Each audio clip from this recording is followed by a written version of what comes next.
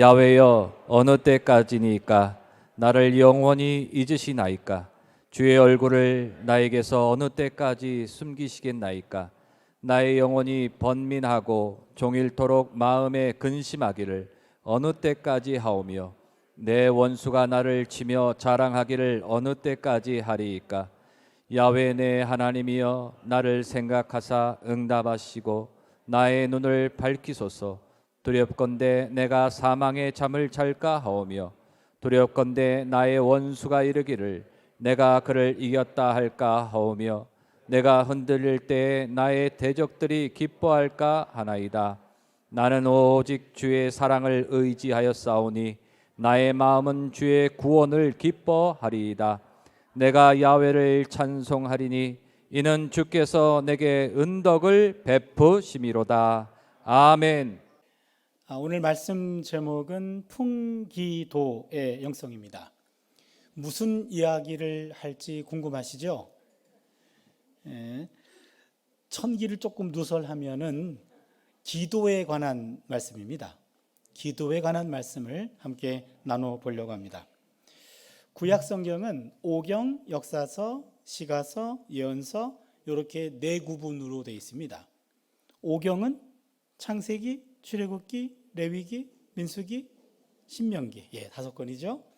그 다음에 역사서는 여호수아, 포기했죠 벌써? 사사기, 룻기, 사무엘 상하, 열왕기 상하, 역대기 상하, 에스라, 느헤미야, 에스더 12권. 그러면 오경과 역사서는 17권이죠. 여기 17권은 하나님이 역사 속에 남긴 구원 행동이 기록되어 있습니다. 하나님이 구원 행동이 기록되어 있습니다. 예언서는 이사야, 이제는 아무도 못 따라오네요. 예레미야, 애가, 에스겔, 다니엘, 호세아부터 말라기까지 15권, 12권, 17권이네요. 여기도. 그래서 예언서는 하나님이 예언자를 통해서 주신 말씀이 기록되어 있습니다. 그러니까 앞에 있는 오경과 역사서 17권은 하나님의 구원 행동, 그 다음에 예언서는 하나님의 말씀. 그럼 나머지 책은 시가서, 욥기, 시편, 잠언, 전도서, 아가 5권입니다. 이 5권은 하나님의 행동과 하나님의 말씀에 대한 인간의 응답이에요. 그래서 17권, 34권은 하나님의 계시, 행동 계시와 말씀 계시, 5권은 계시에 대한 인간의 응답, 이렇게 되겠죠. 그래서 성경은 하나님의 계시와 인간의 응답이 결합된 것이 구약 성경입니다. 그런데 하나님께서 행동하시고 하나님께서 말씀하셨을 때 성경에서 주로 시인들은 즉각적으로 반응을 보였습니다. 시인들의 반응이 가장 빨랐습니다. 시인들은 구약 성경 여기저기에서 시적인 표현이 나오면 우린 그 사람을 시인이라고 부릅니다. 하나님께서 역사하셨습니다. 행동하셨습니다. 하나님 말씀하셨습니다. 그때 시인들은 하나님께 찬양으로 응답했습니다. 성경에 나오는 최초의 찬양시가 출애굽기 15장 21절입니다. 미리암이 그들에게 화답하여 이르되 너희는 야훼를 찬송하라. 그는 높고 영화로우시며 말과 그 탄자를 바다에 던지셨음이로다. 미리암의 찬양이라고 하지요. 이것은 홍해를 건너고 난 다음에 기적을 경험했습니다. 그때 여선지자 미리암이 소고를 치며 북을 치면서 너희는 야훼를 찬송하라. 그는 높고 영화로우시며 말과 그 탄자를 바다에 던지셨다. 이러면서 찬양을 하는 겁니다. 이게 성경에 나오는 최초의 찬양시입니다. 그런데 하나님이 늘 행동하시고 늘 말씀하시는 것이 아니고 하나님의 부재와 하나님의 침묵을 경험할 때도 있습니다. 우리끼리 이야기입니다만 그때가 더 많죠. 그렇잖아요. 저만 그런 거 아니죠? 하나님이 즉각적으로 내가 기도할 때마다 짠 나타나고 기도할 때마다 응답하시고 이거 아니란 말이에요. 하나님이 계시는지 안 계시는지 모르겠고 말씀도 없으셔. 그럴 때 시인들은 하나님께 탄원으로 고백했습니다. 탄원. 가장 유명한 탄원시가 시편 22편 1절입니다. 내 하나님이여, 내 하나님이여, 어찌 나를 버리셨나이까? 어찌 나를 멀리하여 돕지 아니하시오며 내 신음소리를 듣지 아니하시나이까? 여기서 내 하나님이여, 내 하나님이여, 어찌 나를 버리셨나이까? 이거를 원어로 바꿔보면 엘리 엘리 라마 사박다니. 기억나십니까? 예수님께서 십자가상에서 남긴 7마디 말씀 가운데 하나, 엘리 엘리 라마 사박다니. 엘리 나의 하나님, 엘리 나의 하나님, 라마 어찌하여 사박다니 나를 버리셨습니까? 예수님께서 마지막 십자가상에서 고백하셨던 것이 시편 22편 1절에 나오는 탄원시입니다. 시가서 가운데 가장 대표적인 책이 시편입니다. 시편은 하나님에 대한 시인의 반응을 모은 책입니다. 시편의 가장 대표적인 반응은 찬양시와 탄원시입니다. 찬양시는 노래가 되고 탄원시는 기도가 됩니다. 그러게 시편은 노래책이면서 기도책입니다. 인간이 하나님과 소통할 수 있는 합법적인 통로는 찬송과 기도 두 가지입니다. 야고보서 5장 13절을 보시면 너희 중에 고난당하는 자가 있느냐? 그는 기도할 것이요 즐거워하는 자가 있느냐? 그는 찬송할지니라. 고난당할 때는 기도하고 즐거워할 때는 찬송하라. 이 두 가지가 신과 인간이 만날 수 있는 유일한 통로입니다. 우리가 함께 읽은 시편 13편 대표적인 탄원시입니다. 탄원시는요, 답답하고 힘들고 고통스럽고 어려울 때 그때 하나님에게 우리 상황을 그대로 표현하는 것, 이게 바로 탄원시가 됩니다. 이 탄원시는요, 우리가 개인적으로 기도할 때 하는 기도가 탄원시예요. 그래서 여러분 오늘 잘 오셨습니다. 이 탄원시는 5가지 순서와 5가지 요소가 있어요. 오늘 잘 기억하셔야 됩니다. 첫 번째는요, 하나님을 부릅니다. 두 번째는요, 불평합니다. 내 사정을 솔직하게 다 하나님께 아뢰요. 세 번째는 간구합니다. 네 번째는 신뢰를 고백합니다. 5번째는 찬양합니다. 쉽게 얘기해 볼게요. 하나님 불렀습니다. 나 죽을 것 같아요. 불평합니다. 살려주세요. 간구합니다. 그리하실 거죠? 신뢰를 고백합니다. 할렐루야. 찬양하는 거예요. 요 5가지. 요 5가지 요소를 오늘 시편 13편을 통해 한번 확인해 보겠습니다. 13편 성경을 한번 봐주세요. 1절에 야훼여 1번입니다. 하나님 불렀습니다. 야훼여. 1절과 2절입니다. 어느 때까지니까 나를 영원히 잊으시나이까? 주의 얼굴을 나에게서 어느 때까지 숨기시겠나이까? 나의 영혼이 번민하고 종일토록 마음에 근심하기를 어느 때까지 하오며 내 원수가 나를 치며 자랑하기를 어느 때까지 하리이까? 뭐에 해당하죠? 불평입니다. 1절과 2절은 불평입니다. 3절과 4절입니다. 야훼 내 하나님이여 나를 생각하사 응답하시고 나의 눈을 밝히소서. 두렵건대 내가 사망의 잠을 잘까 하오며 두렵건대 나의 원수가 이르기를 내가 그를 이겼다 할까 하오며 내가 흔들릴 때 나의 대적들이 기뻐할까 하나이다. 뭐죠? 간구 좋습니다. 그 다음에 5절에 나는 오직 주의 사랑을 의지하여 싸우니 나의 마음은 주의 구원을 기뻐하리이다. 뭐죠? 신뢰를 고백했습니다. 6절에 내가 야훼를 찬송하리니 이는 주께서 내게 은덕을 베푸심이로다. 뭐죠? 찬양입니다. 13편은요 개인 탄원시의 교과서입니다. 야훼여 불렀고 어느 때까지입니까? 불평하고요, 나의 눈을 밝혀주시옵소서 간구하고요, 그리고는 나는 오직 주의 사랑을 의지하여 싸우니 신뢰를 고백하고요, 내가 야훼를 찬송하리니 찬송으로 끝나고 있어요.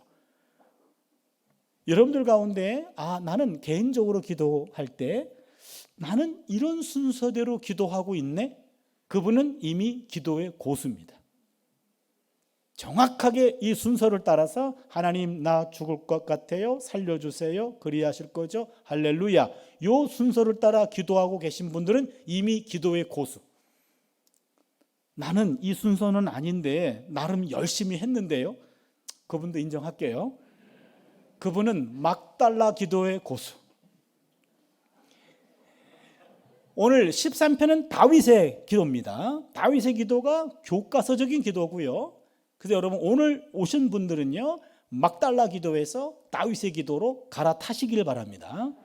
여기서 두 가지를 먼저 짚고 넘어가야 됩니다. 첫 번째는요, 기도는 하나님에게 하는 겁니다.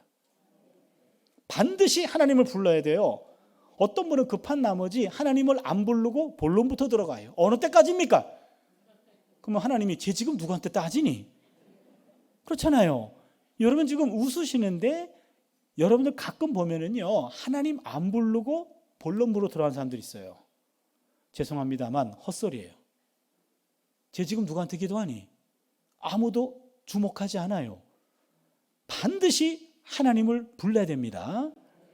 그런데 말이에요, 어떤 분들은 기도할 때 예수님이라고 기도하는 분이 있어요. 그것도 잘못된 기도입니다. 예수님께 기도하면 하나님이 우편에 앉아 계신 예수님에게 오늘은 너한테 기도한다. 야, 네가 알아서 해라.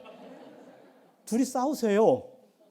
여러분, 기도는 하나님에게 합니다. 예수님의 이름으로, 성령의 도움으로. 기도를 들으시는 분은 하나님, 기도를 중재하시는 분은 예수님, 기도를 도와주시는 분은 성령님이에요. 그러게 기도하실 때 반드시 하나님을 불러야 됩니다. 하나님을 불렀다면 중간중간에 예수님과 성령님을 초청해도 됩니다. 그건 됩니다. 하나님이 이미 불렀기 때문에. 그런데 하나님을 안 부르고 예수님과 성령님께 기도하면 하나님 삐지십니다. 그리고 어차피 결제는 하나님이 하십니다. 결제가 안 되는 기도예요. 그래서 여러분 기도하실 때 반드시 하나님이라고 부르시고 하나님께 기도하시기를 바랍니다. 두 번째는요, 기도 끝날 때 현재형으로 끝납니다. 무슨 얘기냐면 어떤 분은 기도할 때 예수님 이름으로 기도했습니다 라고 과거형을 쓰시는 분이 있어요. 그거 약간 잘못된 기도입니다. 왜냐하면 하나님이 기도를 들으시면요, 기도에 간구가 들어가 있어요. 간구. 하나님이 미래에 응답하셔야 될 일이 들어가 있어요. 그럼 하나님이 기도를 들으시고 수첩을 펴시면서 저거 언제 응답할까라고 곰곰이 생각하는데 당사자가 예수님 이름으로 기도했대. 그리고 끝났어. 그러면 그 기도는 유효기간이 끝났어요. 우리의 기도가 끝난과 동시에 끝나서는 안 되고요, 하나님이 응답할 때까지 유효기간이 계속 연장돼야 돼요. 그래서 기도는 영원한 현재형으로 끝납니다. 예수님 이름으로 기도합니다, 하나이다, 드리나이다, 현재형으로 끝나요. 그래서 예배학자들이 그런 것을 가르쳐주고 있어요. 예배에는 기도할 때 맨 마지막에 기도문은 현재형으로 끝나야 된다. 그게 영원한 현재형이라고 말합니다. 두 가지를 말씀드렸죠. 하나님께 기도하라. 두 번째, 현재형으로 끝난다. 요거를 기억하시면서 우리 오늘 요 불평기도에 대해서 조금 더 깊이 들어가 보려고 합니다. 불평은 사람이 아니라 하나님 앞에 풀어놓아야 됩니다. 사람들에게 불평하지 말고 하나님에게 불평하라, 그 얘기입니다. 13편의 시인은 불평이 생길 때 당사자를 찾아가서 따지지 않았습니다. 시인은 그 불평거리를 가지고 하나님 앞에 나왔습니다.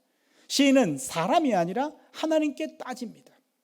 13편 1절과 2절을 볼까요? 야훼여, 어느 때까지니까 나를 영원히 잊으시나이까? 주의 얼굴을 나에게서 어느 때까지 숨기시겠나이까? 나의 영혼이 번민하고 종일토록 마음에 근심하기를 어느 때까지 하오며 내 원수가 나를 치며 자랑하기를 어느 때까지 하리이까?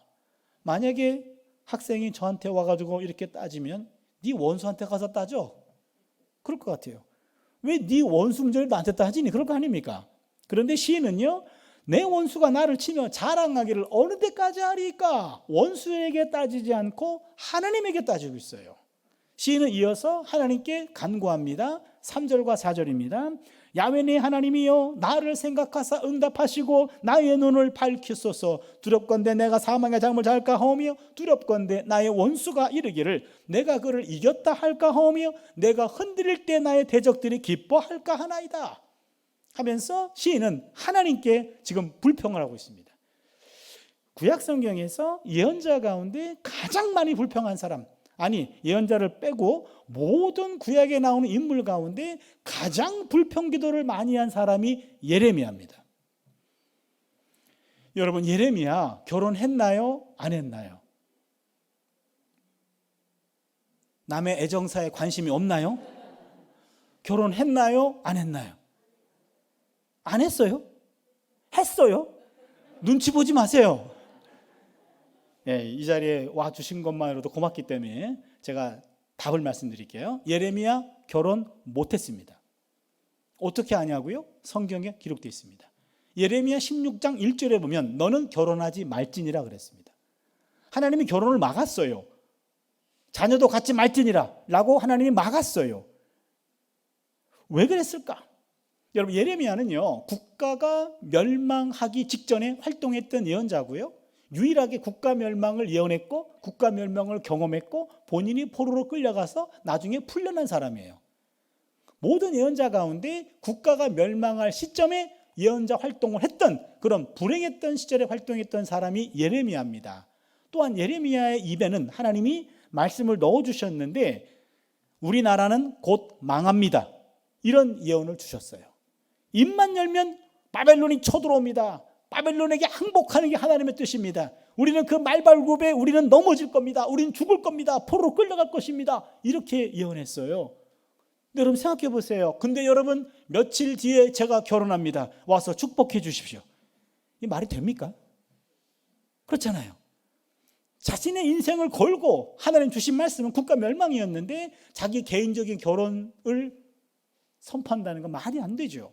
예레미야가 살던 시절에는 결혼도 할 수 없는 그런 불행했던 시절을 그가 말로 보여줬기 때문에 예레미야도 결혼을 금지당했습니다. 독신에 해당하는 히브리어가 없어요. 개념도 없는 삶을 하나님은 예레미야에게 강요한 겁니다.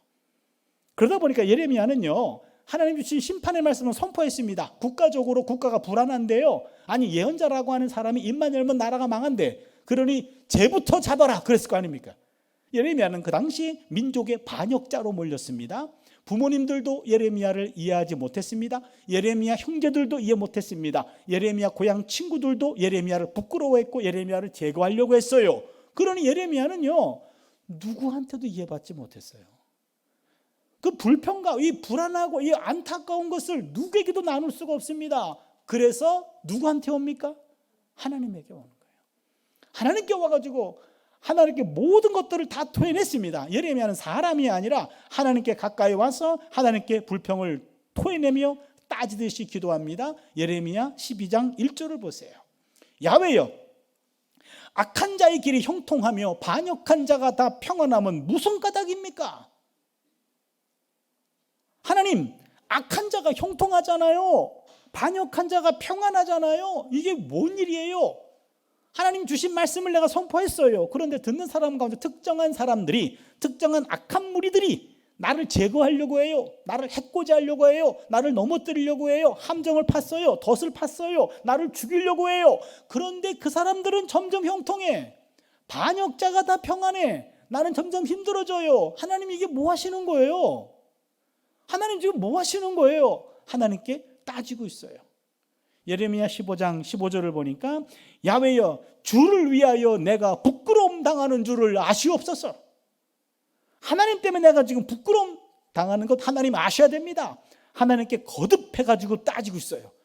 만약에 제 학생이 저한테 와가지고 2번 따지면 너 죽을래? 그럴 것 같아요. 근데 하나님은 예레미야가 거듭해서 하나님께 불평하고 따지는데 그거를 불편해하지 않으시고요, 계속해서 불평해라 라고 권면하십니다. 바로 예레미야 33장 3절이지요. 너는 내게 부르짖으라. 내가 내게 응답하겠고 내가 알지 못하는 크고 은밀한 일을 내게 보이리라. 계속 따져, 계속 불평해. 그것을 하나님 권장하고 계셔요. 사람들에게 하는 불평이 아니라 하나님께 하는 불평을 하나님은 권장하고 계십니다. 욥이란 사람, 우리가 첫날 고난의 영성을 나누었잖아요. 욥이란 사람 동방의 의인이었죠. 엄청난 재산을 가지고 있었죠. 근데 욥은 영문을 알 수 없어요. 하늘에서 하나님과 사탄이 내기를 했잖아요. 그것 때문에 재산을 다 잃었고 자녀도 다 잃었고 본인도 죽음 앞에 서게 되었잖아요. 이 엄청난 고난 앞에 욥은요, 불평이 가득할 수밖에 없죠. 이해할 수도 없는 고난 아닙니까? 그때 욥은요, 이 고난에 대해서 적어도 알고 있는, 적어도 허락하셨을지 모르는 그 하나님에 대해서 예레미야는 욥은 참을 수 없는 분노와 원망을 느끼고 절망했어요. 근데 욥이 이 문제를 해결하기 위해서 친구들이 왔습니다. 친구들과의 많은 대화 속에서 오히려 친구들과의 대화, 인간의 지혜는 문제를 해결하는 길이 되지 못했어요. 욥의 문제는 결국에 하나님을 만나야 해결이 되는 거였어요. 그래서 욥은 하나님께 말을 걸기 시작합니다. 하나님께 불평합니다. 욥기 19장 6절을 보니까 하나님이 나를 억울하게 하시고 자기 그물로 나를 애워사신 줄을 알아야 할지니라. 하나님이 나를 억울하게 하셨어요. 하나님이 그물로 나를 애워사신 분 하나님인 거 하나님 아셔야 됩니다 라고 하나님께 지금 손가락질하면서 따지고 있어요. 욥기 19장 21절을 보니까 하나님의 손이 나를 치셨구나. 하나님이 나를 치신 거예요. 욥을 치신 분은 하나님이시라는 겁니다. 당시 욥에게 하나님은 심판자였습니다. 그러나 아이러니하게도 치료자도 하나님이세요. 욥기 19장 25절을 보니까 내가 알기에는 나의 대속자가 살아계시니 마침내 그가 땅 위에 서실 것이다. 이 대속자가 하나님이십니다. 치료해 주시는 분 하나님이세요. 치신 분도 하나님이세요. 결국 치신 그분을 만나야 돼. 그분을 만나야 다시 싸매어 줄 줄로 믿습니다. 바로 그래서 욥은 인간에게 불평을 했을 때는 문제가 꼬였어요. 오히려 하나님에게 분평을 쏟아놨을 때 하나님과의 만남을 통해서 문제가 해결되었습니다. 하박국이란 예언자도 마찬가지입니다. 하박국 1장 2절을 보면 야훼여 내가 부르짖어도 주께서 듣지 아니하시니 어느 때까지리까? 언제까지 내가 부르짖어야 됩니까? 라고 하나님께 따지고 있어요. 그러면요 여러분 구약성경에 나오는 신앙의 거장들 시편 13편의 다윗도 그랬지요. 예레미야도 그랬죠. 욥도 그랬죠. 하박국도 그랬죠. 신앙의 거장들은 하나같이 불평거리를 사람들에게 쏟아붓지 않았고 하나님께 토해냈습니다. 불평은 사람에게 하는 것이 아닙니다. 불평은 하나님에게 하는 겁니다. 불평과 불만이 사람을 향하면 분자가 돼요. 불평 분자, 불만 분자가 됩니다. 여러분 불평과 불만하는 사람 한두 번은 들어줄 수 있어요. 근데 계속 그렇게 얘기하면 불편해요. 그렇죠? 만나고 싶지 않아요. 저 양반은 입만 열면 불평해. 그럼 너무너무 힘들어요. 불평과 불만은 사람에게 하는 것이 아닙니다. 불평과 불만이 하나님을 향하면 기도가 됩니다. 이게 은혜예요. 제가 이 말씀은 어느 교회에서 한번 나눴는데요. 끝나고 나서 이제 장로님하고 이렇게 식사하는 시간이 있었는데 그 장로님 중에 한 분이에요. 장로님들과 식사를 했는데 60이 좀 넘으신 장로님이셨던 것 같아요. 목사님, 오늘 제가 목사님 말씀을 듣고 신선한 충격을 받았습니다. 저는 평생 하나님한테 불평하면 안 되는 줄 알았습니다. 한 번도 하나님에게 불평을 해본 적이 없는데 오늘 말씀을 들어보니까 하나님에게 불평을 해야 되는 것을 오늘 알았습니다. 저는 그 얘기를 듣고 저도 깜짝 놀랐어요. 그러면은 60평생 그 많은 불평을 누구한테 쏟아부었을까? 옆에 계신 권사님 얼굴이 새로 보였어요. 여러분 불평은 배우자에게 하는 것도 아니고요. 자녀에게 하는 것도 아니고요. 친구에게 하는 것도 아니고요. 불평은 하나님에게 하시기 바랍니다. 똑같은 불평거리를 사람들에게 하면 불평 분자가 되고 불만 분자가 되고요. 불편한 사람이 돼요. 그러나 하나님에게 향하면 하나님은 그것을 기도로 받으시는 줄로 믿습니다. 불평은 기도의 상 위에 올려놓아야 됩니다. 따라서 불평은 단순한 골칫거리가 아닙니다. 알고 보면 불평은 기도거리예요. 불평이 치밀어 오를 때 오늘 누구든지 만나게만 해라고 사람 기다리지 말고요. 본인이 하나님 앞에 가세요. 무릎을 꿇으세요. 내 안에 뭔가 어떻게 종잡을 수 없는 그냥 불편한 마음이 불만이 충만해요. 누구든지 만나게만 하면 터뜨리고 싶어요. 그때가 바로 기도할 때임을 깨달을 수 있기를 바랍니다. 하나님께 불평하면 결국 그것은 기도가 되기 때문에 그렇습니다. 불평이요 기도로 채워지면 어느 순간 감사와 찬양으로 바뀝니다. 이게 또 기가 막힌 은혜예요. 13편의 시인은요 하나님 앞에서 불평과 간구의 기도를 드렸습니다. 어느 순간 마음이 한순간 바뀌는 걸 경험합니다. 그게 5절이잖아요. 나는 오직 주의 사랑을 의지하여 싸우니 나의 마음은 주의 구원을 기뻐하리이다. 갑자기 신뢰를 고백하네요. 하나님 앞에서 불평하고 탄원하고 통곡의 기도를 하던 시인은 갑자기 신뢰를 확신합니다. 그리고는 하나님이 자신의 기도를 응답하시고 자신의 문제가 해결될 것이다 라는 확신을 가지게 됩니다. 그러자 자연스럽게 감사와 찬양이 흘러나옵니다. 그게 6절이지요. 내가 야훼를 찬송하리니 이는 주께서 내게 은덕을 베푸심이로다. 기가 막힌 고백이 나왔어요. 여러분, 야훼요, 어느 때까지입니까? 하나님께 따졌습니다. 그리고는요, 내 눈을 밝혀주십시오 라고 간구했어요. 여기까지는 울면서 하는 기도예요. 그런데 그리 하실 거죠? 할렐루야. 여기서 웃어요. 1, 2, 3번은 울면서 해요. 4번, 5번은 웃어요. 울면서 기도하다가 웃으면서 끝나요. 왜 그렇습니까? 기도하다가 미쳤습니까? 여러분, 기도 많이 하신 분들은요, 울면서 통곡의 기도를 해보셨던 분들은 그 통곡의 기도가 끝날 때 웃음과 찬양으로 끝나는 것 경험해 보신 적 있죠? 왜 그렇습니까? 그 내용, 왜 1, 2, 3번 울다가 웃게 되는데 무슨 일이 있었기 때문에 기도가 바뀌었는가? 요 이야기를 우리 구약 학자들은요, 개인 탄원시에 나타난 분위기 급변의 동인에 관한 연구, 표현이 고급지죠. 그렇죠? 개인 탄원시에 나타난 분위기 급변의 동인에 관한 연구, 쉽게 이야기하면 왜 울다가 웃니? 뭔 일이 있었니? 그거 원인을 찾아낼 때마다 시편 박사가 배출됐어요. 여러분 중에 많은 분들이 개인적인 경험이 있을 거예요. 그 경험을 제가 학술적인 용어로 여러분에게 알려드리려고 합니다. 지금까지 여러분 들어본 적도 없고 앞으로 들을 일도 없습니다. 오늘 잘 오셨습니다. 여러분 지금 듣는 태도가 상당히 진지해요. 지금 대학원 수준의 경청이에요. 그래서 지금 대학원 수준의 이론 3가지를 말씀드리려고 합니다. 잘 기억해 주세요. 첫 번째, 미래 구원 사건의 선취 이론. 미래 구원 사건의 선취 이론. 무슨 얘기냐면요, 불평 중에 하나님께 기도하면 어느 순간 내가 갖고 있는 문제가 해결될 것이다 라는 확신에 이르게 됩니다. 인간적인 불평이 기도를 통하면 하나님의 영으로 세례를 받아서 어느 순간 불평이 사라지고 그 자리에 감사로 채워집니다. 사실 불평은 환경에서 나오는 것이 아닙니다. 불평은 마음에서 나옵니다. 기도도 마음에서 나옵니다. 그래서 기도하면 환경보다 마음을 변화시킵니다. 아직 응답되지 않았습니다. 하지만 기도자의 마음은 이미 바뀌었어. 이미 해결될 것이다 라는 확신으로 가득 차게 됩니다. 이런 신뢰 확신이 기도자로 하여금 미리 감사와 찬양을 표현하도록 하는 겁니다. 미래에 일어날 구원 사건을 미리 미리 취해요. 미리 취해서 이것을 현재화하기 때문에 고백이 바뀌는 거예요. 미래의 에너지를 선취해가지고 현재화해서 지금 사용하는 거죠. 이것 때문에 기도가 바뀌는 거예요. 그래서 미래 구원 사건의 선취 이론이다. 이 이론을 학자들이 찾아냈습니다. 시편에 보면요, 이런 현상이 많이 나타납니다.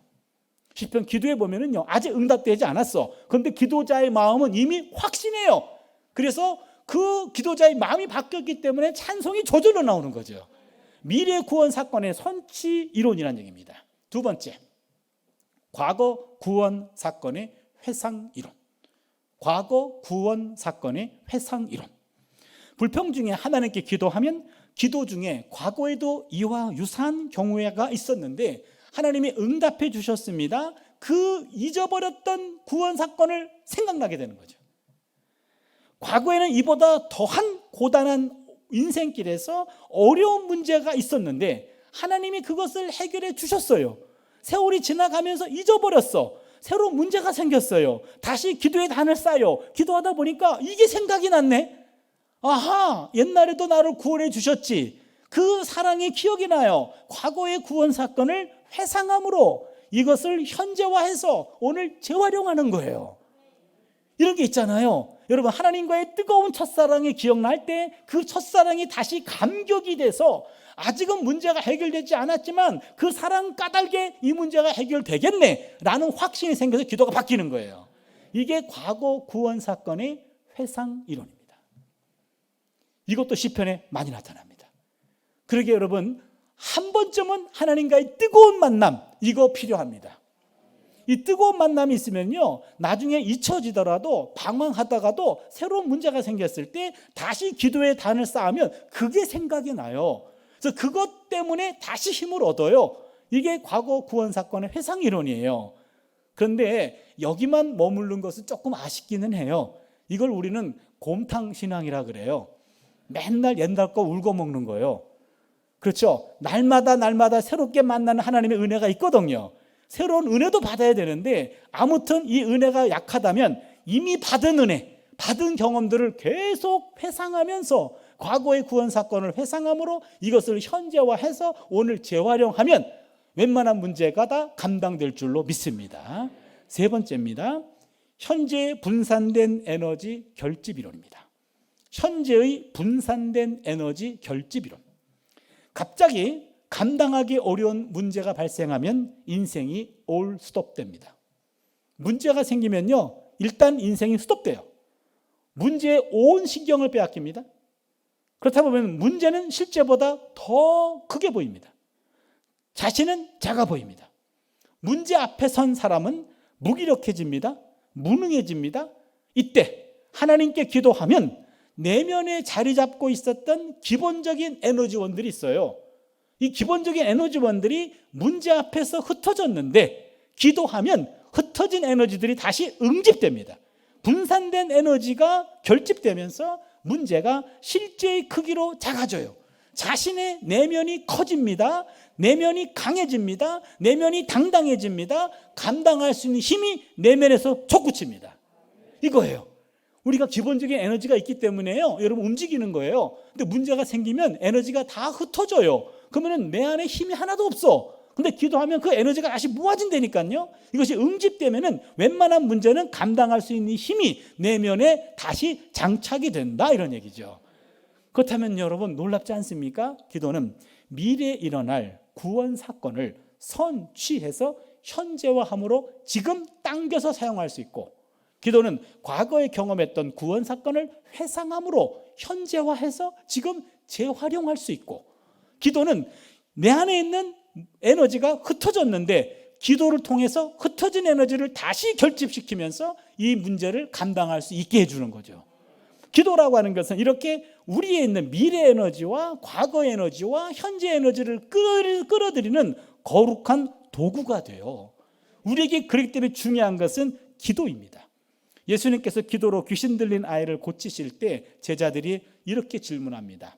마가복음 9장 28절에 우리는 어찌하여 능히 그 귀신을 쫓아내지 못하였나이까? 아니, 선생님, 우리한테 안 가르쳐 준 거 있습니까? 왜 선생님은 귀신을 쫓아내는데 왜 우리는 못합니까? 왜 그건 우리한테 안 가르쳐 줬습니까? 라고 따지는 겁니다. 그때 예수님께서 이렇게 답변하십니다. 마가복음 9장 29절이죠. 기도 외에 다른 것으로는 이런 종류가 나갈 수 없느니라. 이거예요. 기도 외에는 이런 종류가 나갈 수 없어. 예수님이 안 가르친 것이 아니라 제자들이 놓친 게 있어요.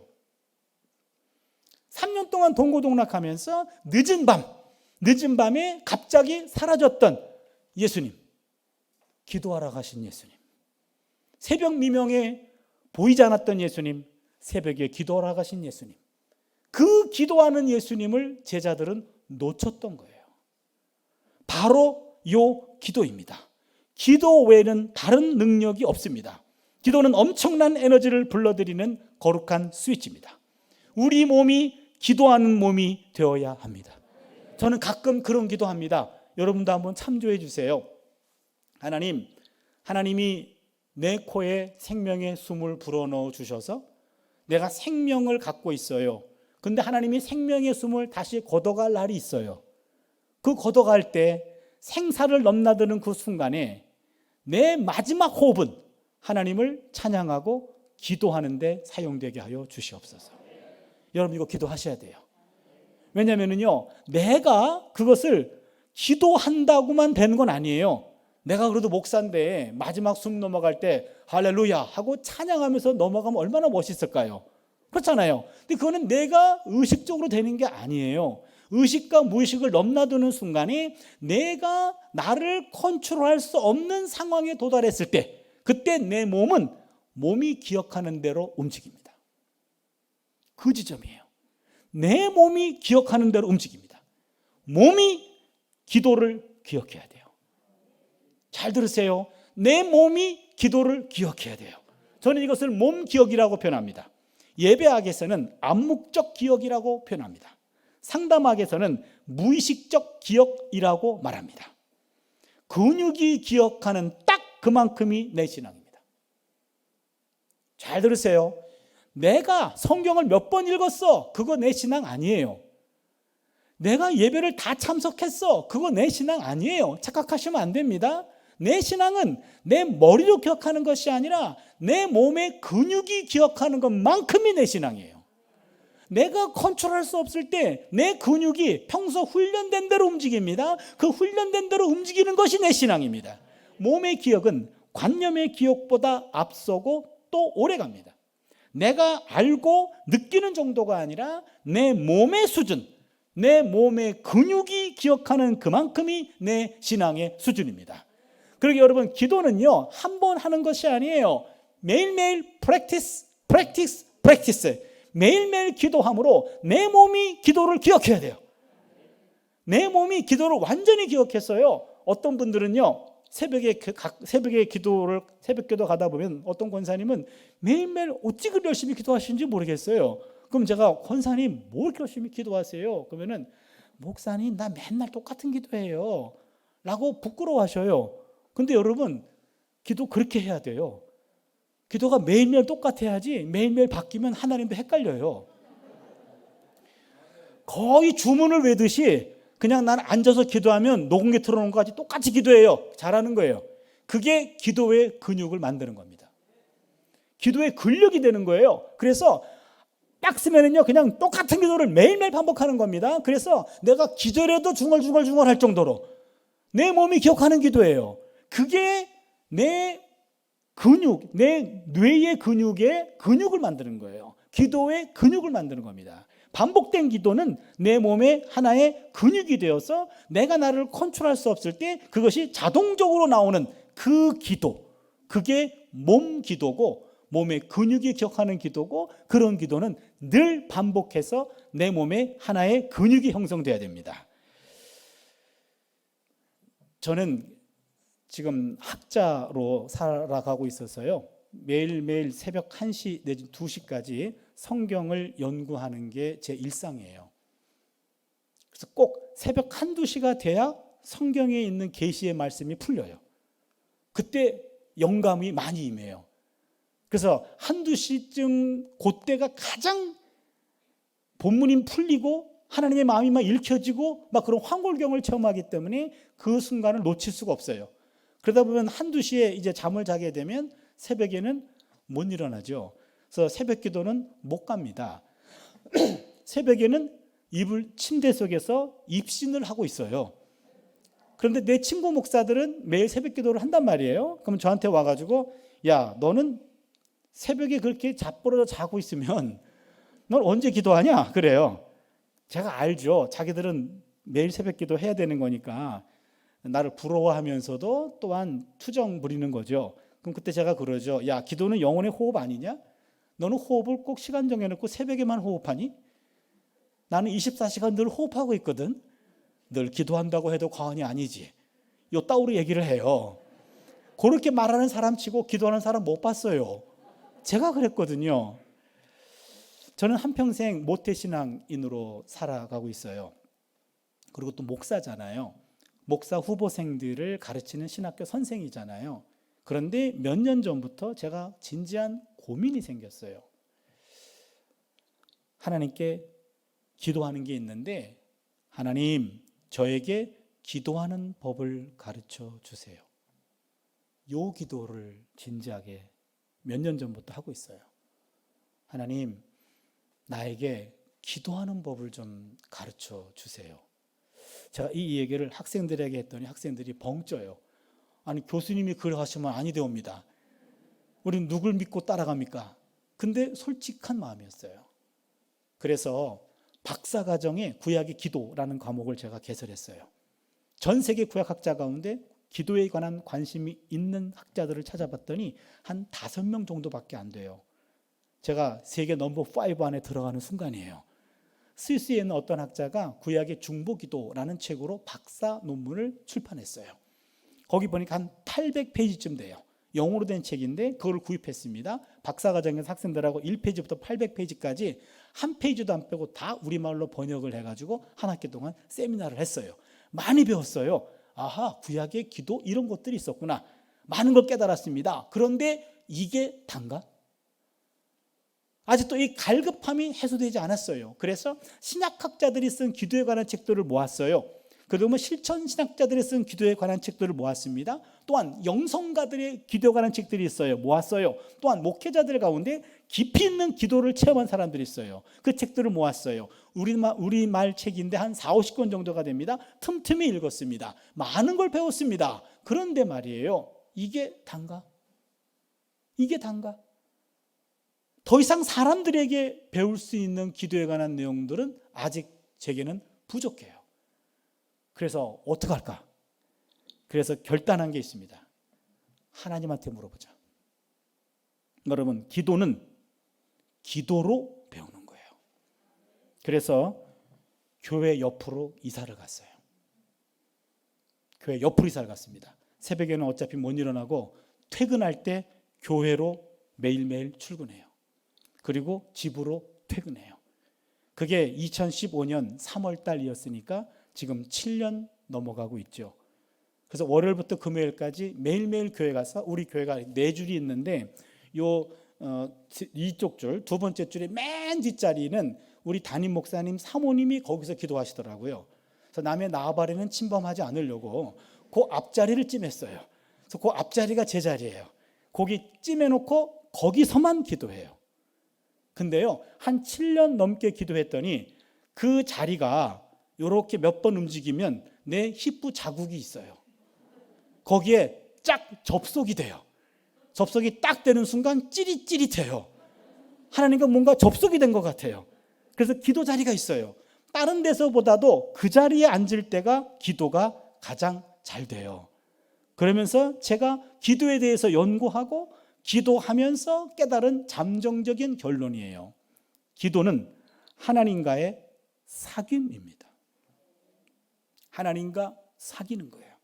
제가 대화라고 정의하지 않았습니다. 대화라고 하면 서로 말을 주고받는 건데, 여러분 기도해 보셔서 아시죠?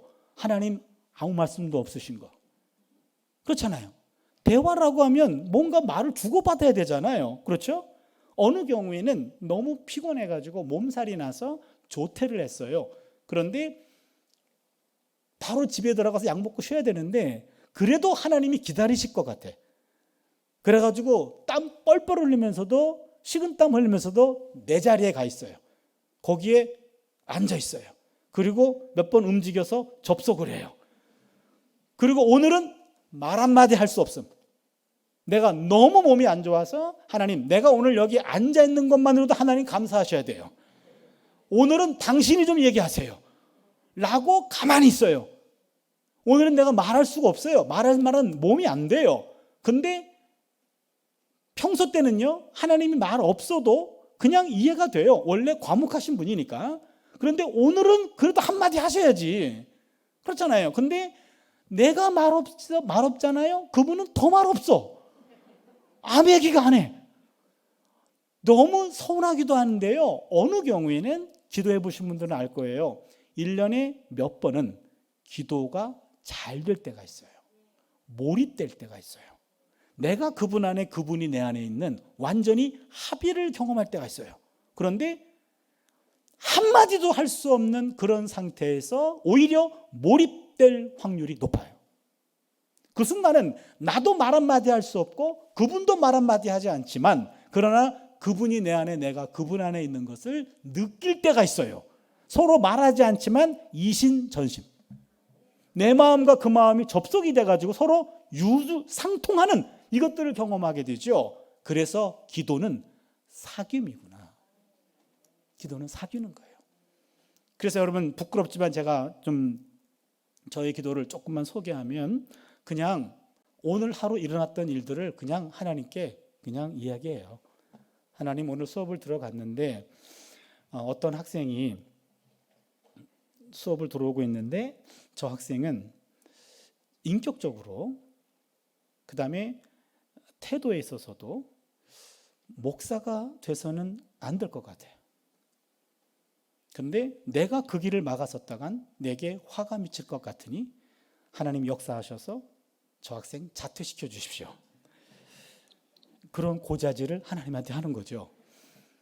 그리고 뭐 오늘 회의를 들어갔는데 뭐 특정 어떤 교수랑 부닥쳤는데 자꾸 그 교수는 나에 대해서 상당히 공격적으로 나오는데 하나님 그 입을 좀 막아주시든지 아니면 나한테 조금 지혜롭게 하셔서 잘 빠져나가든지 잘 치고 나가든지 그렇게 좀 도와주십시오. 이러면서 오늘 하루 있었던 기분 나쁜 것들 이런 것들을 다 하나님께 고자질을 해요. 내일 일어날 일들도 미리 보고해요. 어느 경우에는 학생들 이름을 불러가면서 기도할 때도 있고 이러면서 내 하루 일과를 하나님과 그냥 소상히 나누는 거예요. 연인에게 나누듯이 그냥 나누는 거예요. 그리고는 이제는 중보기도에 들어가죠. 가장 소중한 내 아내를 위해서 기도하고 우리 딸들을 위해서 기도하고 우리 부모님들을 위해 기도하고 그 다음에는 저에게 기도 부탁한 사람들이 있어요. 그 기도 부탁한 것들을 위해서 기도하는 거죠. 그렇게 하면 한 30분 요 정도 지나가요.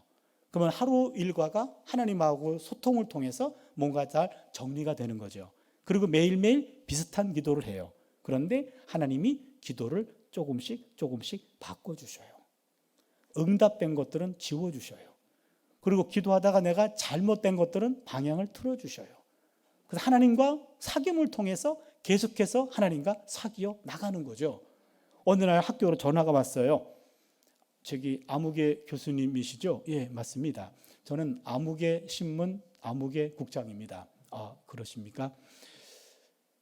저 모르시죠? 예, 잘 모르겠습니다. 저는 교수님을 잘 압니다. 예, 어떻게 아시죠? 어느 고등학교 나오셨죠? 예, 저도 그 고등학교 나왔습니다. 그러세요? 몇 년에 졸업하셨죠? 예, 저도 그 해에 졸업했습니다. 우리 동문이네요. 3학년 때 8반이었죠? 예, 맞아요. 저도 8반이었어요. 그래요? 담임 선생님이 누구죠? 예, 맞아요. 우리 그럼 친구네요. 그러더니 갑자기 그분이 그러면 말 나도 되겠니? 그러는 거예요. 그래서 그래, 근데 왜 전화했니? 그랬어요. 그랬더니 돈 좀 꿔줄래? 그러는 거예요. 아니 사실 누군지 모르겠어요. 누군지도 몰라. 40몇 년 만에 전화해가지고 정황상 친구인 것 같은데 누군지는 모르겠어. 근데 전화를 해가지고 가까스로 한 2, 3분 통화해가지고 누군지는 모르지만 누굴 것 같은데 한다는 말이 돈 꿔달래요. 꽂히겠습니까? 실례지만 누구세요? 그러겠죠. 그런데 매일매일 전화하는 친구 목사가 있어요. 자주 전화하죠. 근데 일주일이 넘었는데 전화 한 통화가 없어요. 그럼 이건 분명히 사고가 난 거예요. 그럼 제가 전화하죠. 전화했어요. 그때 받자마자 야, 너 왜 전화도 없냐? 많이 컸네. 요즘 전화도 안 하고. 그랬더니 내가 지금 문제가 있어서 나중에 문제가 해결되면 전화할게. 끊었어. 그러면은요. 일단 내가 지금 전화한 것도 기분 나빠 죽겠는데 지가 전화를 받자마자 끊었어요. 그럼 다시 전화하죠. 야, 무슨 문제인데? 그랬더니 야, 내가 지금 너무 힘들어서 나를 가만히 내버려 두는 게 나를 도와주는 거야. 또 끊었어. 그러면 다시 전화 걸죠. 야, 전화가 너는 도대체 내가 무슨 의미가 있냐? 네가 만약에 문제가 있다면은 나한테 정도는 말해줘야 되는 것 아니야? 그리고 너 뭐 어떻게 그럴 수가 있냐라고 막 다구쳐요. 막 욕을 해요. 그러면은 야, 알았어. 사실 있잖아. 그리고 몇 가지 얘기를 해줘요. 그러면은 그래? 그러면 내가 그 중에 일부를 내가 좀 도와줄 수 있어. 내가 알아서 꼬치꼬치 물어가지고 이 얘기를 듣고 도와줄 바를 도와주겠죠. 왜 그래요? 늘 사귀었기 때문에 그래요. 여러분, 하나님과 평소에 잘 사귀세요. 아무런 사귐도 없다가 갑자기 전화 걸어서 하나님 돈 좀 꿔주세요. 실례지만 너 누구니? 그럴 거예요. 평소 문제 없을 때 하나님과 사귀십시오. 그게 기도입니다. 문제가 없을 때 그냥 내 마음을 하나님께 아뢰는 거예요. 내가 기도하는 그 자리를 정해놓고 그 자리에 궁둥이 자극이 새겨질 때까지 거기서 자리를 앉고 그 자리에 있는 거예요. 늘 매일매일 하나님과 10분도 좋아요, 20분도 좋아요, 하나님과 소통하는 그런 기도가 내 몸에 뵐 수 있기를 바랍니다. 톰 라이트라는 유명한 신약학자가 있는데 그가 이렇게 얘기합니다. 기도란 우리가 사는 세계와 하나님의 세계가 멀리 떨어져 있지 않다는 신비로운 사실과 관련돼 있다. 우리의 삶과 하나님의 삶은 동떨어진 것이 아니다. 성경에서 말하는 땅과 하늘이라고 부르는 것은 땅이라는 우리의 실제와 하늘이라는 하나님의 실제는 서로 꼭 들어맞도록 돼 있다. 그러면서 뭐라고 얘기했냐면 하늘과 땅이 실제로 만나는 핵심 장소 중에 하나가 기도다 그랬어요. 무슨 얘기인지 아십니까? 하늘과 땅이 만나는 핵심적인 장소 중에 하나가 기도라는 거예요. 땅의 사정을 하늘로 올리는 통로가 되는 게 기도고 하늘의 것을 땅으로 끌어들이는 통로가 기도라는 거예요. 이 기도라는 이것은 신의 세계와 인간의 세계가 만나는 것이에요. 이 거룩한 통로가 바로 기도입니다. 그 다음 중요한 것은요, 내 몸이 기도를 기억해야 돼요. 그렇잖아요. 기도에 대해서 많은 이야기를 듣는 것보다 더 중요한 것은 오늘부터 기도하는 자리를 정하시고 오늘부터 1분도 좋아요. 그 자리에서 매일매일 와가지고 기도하면서 내 몸이 기도하는 몸이 될 수 있기를 바랍니다. 몸이 기도를 기억해야 돼요. 몸의 근육이 기도를 기억해야 돼요. 그 몸을 만드는 게 우리의 과제예요. 그걸 통해서 신의 세계와 인간의 세계가 만나고 나의 사정을 하늘로 올리고 하늘의 것들을 땅으로 끌어들이는 이 기도의 능력을 우리 모두 소유할 수 있기를 축원합니다. 여기서 끝나도 되는데 오늘 설교 제목이 설명이 안 돼서 5분만 시간을 주십시오. 류호준 교수님의 일상을 걷는 영성이라는 책에 나오는 내용인데요. 영국 BBC 공영방송 특집 다큐멘터리에 나오는 한 장면입니다. 일본 북쪽 홋카이도 삿포로 지방, 일본은 감자같이 생겨가지고 오른쪽 맨 위가 이 삿포로 지방이잖아요. 홋카이도. 여기에 산간 지역에 조그만 크리스찬 고등학교가 있었습니다.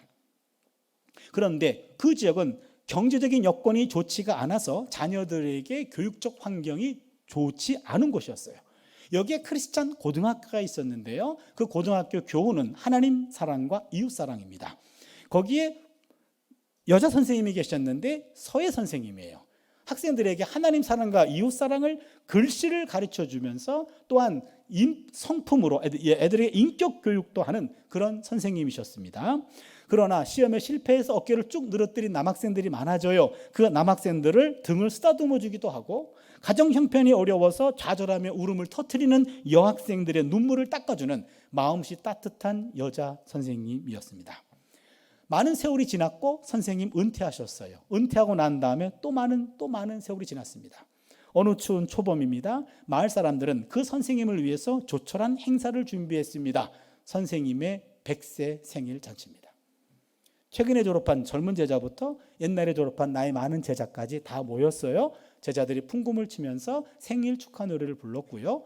100명의 제자들의 도움을 받아서 100개 촛불을 다 껐습니다. 처음부터 끝까지 이 광경을 필름에 담고 있었던 영국 BBC 기자가 그때 마이크를 갖다 댑니다. 선생님, 지나간 100년 동안의 세월 참 기나긴 세월인데 100년 동안의 세월을 글자로 남기면 어떻게 남길 수 있습니까? 선생님이 먹을 갈았어요.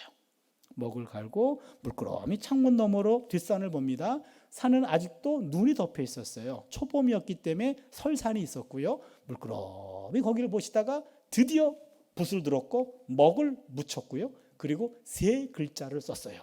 이쯤 되면 눈치를 채야 되죠. 선생님이 쓴 글자는 풍도기였어요. 우리 설교 제목은 풍기도인데 선생님은 풍도기. 무슨 말입니까? 풍, 바람 풍자, 도, 길도자, 기, 빌기자. 무슨 말입니까? 풍, 도, 바람 부는 길 위를 기도하며 살았습니다. 이게 풍도기입니다. 풍, 바람 부는 도, 길 위를 기도하며 살았다. 요 풍도기라는 3글자에 인생 100년의 인생 역전이 담기는 순간이었습니다. 이 글자를 남기고 나서 며칠 뒤 선생님은 세상을 떠났습니다. 자신을 가리켜 I'm just a little old lady. 그저 작고 초라한 늙은입니다. 라고 말했는데 그 다큐멘터리 제목은 A Little Giant Lady, 몸집은 작았지만 영웅적인 부인이었다. 여기서 다큐멘터리도 끝났고 책도 끝났습니다. 제가 곰곰이 생각해 봤습니다. 우리는 아직 100세가 아니고 100세를 향해 가죠. 그러면 남은 삶을 어떻게 살 것인가?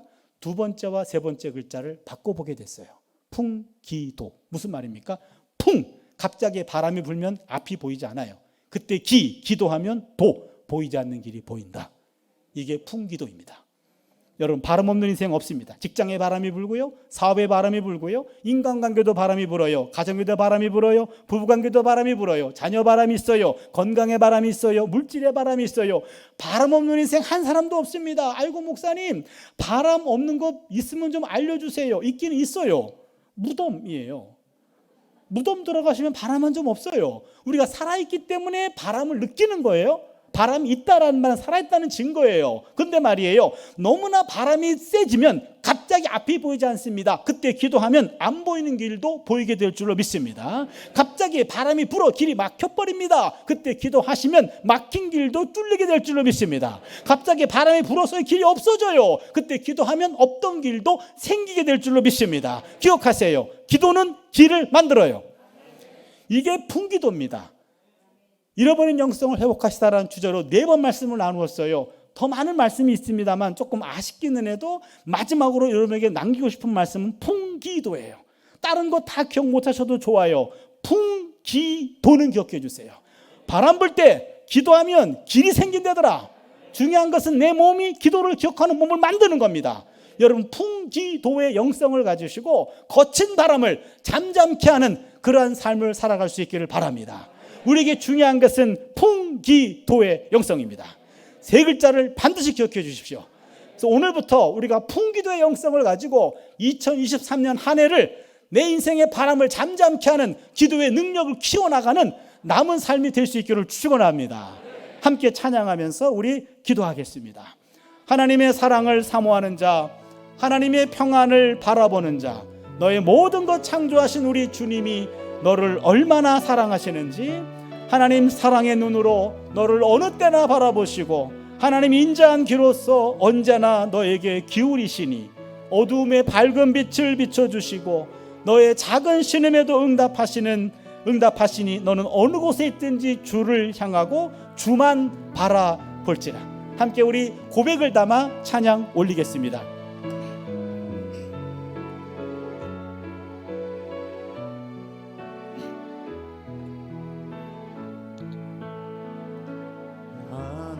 하나님의 사랑을 사모하는 자, 하나님의 평안을 바라보는 자, 너희의 모든 것 창조하신 우리 주님이 너를 얼마나 사랑하시는지 하나님께 찬양과 경배하는 자, 하나님의 선하심을 닮아가는 자, 너희의 모든 것 창조하신 우리 주님이 너를 자녀 삼으셨네.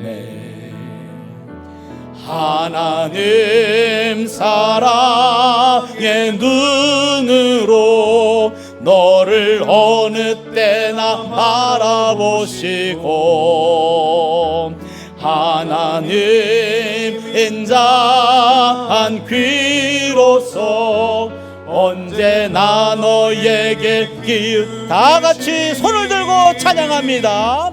어두움에 밝은 빛을 비춰주시고 너의 작은 신음에도 응답하시니 너는 어느 곳에 있든지 주를 향하고 주만 바라볼지.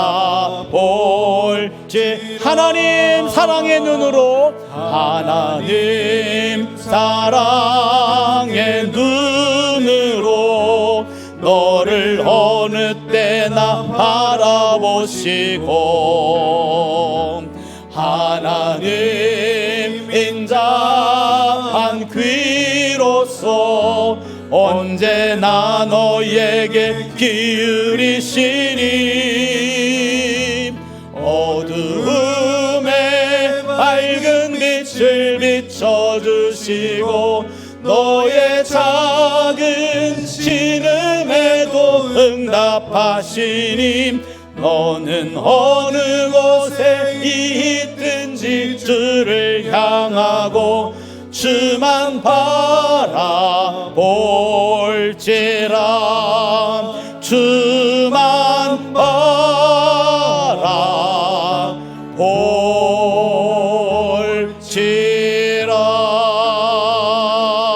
바라볼지라. 우리 함께 기도하겠습니다. 하나님, 나에게도 풍기도의 영성을 주시옵소서. 바람 불 때 기도하면 안 보이는 길도 보이게 될 줄로 믿습니다. 바람 불 때 길이 막혀버렸습니다. 하나님, 그때 기도하면 막힌 길도 뚫리게 될 줄로 믿습니다. 기도를 통해 없던 길도 생기게 될 줄로 믿습니다. 기도는 길을 만든다고 했습니다. 하나님 아버지, 성경에 나오는 많은 신앙의 고장들이 하나님 앞에 와서 기도를 통하여 인생의 난관을 뚫었습니다. 하나님, 바람을 뚫었습니다. 하나님, 우리에게도 기도를 통하여 길을 만들어가는 영성을 허락하여 주시옵소서. 하나님, 이 시간을 통해 우리가 기도할 때에 하나님 기도의 영을 부어주셔서 마땅히 기도할 바를 기도하게 해주시고, 하나님, 오늘부터 기도의 자리를 정합니다. 기도하는 사람이 됩니다. 기도의 근육을 만들어갑니다. 기도의 근력을 만들어갑니다. 하나님, 우리 성도님 한 분 한 분이 오늘 이 순간부터 기도의 사람으로 변화받게 하여 주시옵소서. 주여, 삼창드리고요, 한 5분 동안만 기도하겠습니다. 주여, 주여.